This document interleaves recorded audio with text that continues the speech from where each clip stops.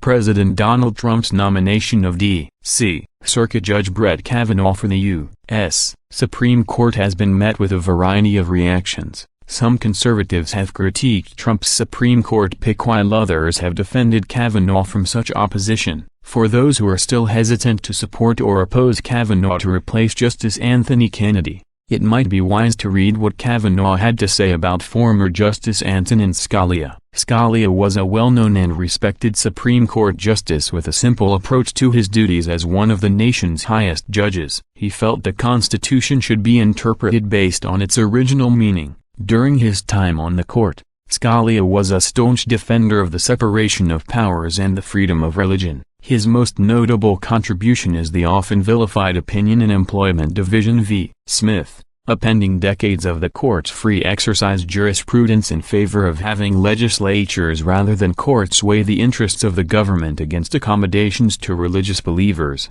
the Heritage Foundation reported. He also dissented the constitutional right to same-sex marriage in Obergefell v. Hodges. If I ever joined an opinion that began the Constitution promises liberty to all within reach, a liberty that includes certain specific rights that allow persons, within the lawful realm, to define and express their identity, I would hide my head in a bag, Scalia wrote. After Scalia's death in February 2016, Kavanaugh addressed the Antonin Scalia Law School in June 2016. According to the Daily Caller, the National Review published an excerpt from his speech, which reflects Kavanaugh's respect for the former justice. To me, Justice Scalia was and remains a hero and a role model, Kavanaugh said. He thought carefully about his principles, he articulated those principles, and he stood up for those principles. As a judge, he did not buckle to political or academic pressure from the right or the left. Kavanaugh went on to say that Scalia loved his wife and family and was a man of faith and a man for others. What did Justice Scalia stand for as a judge? It's not complicated,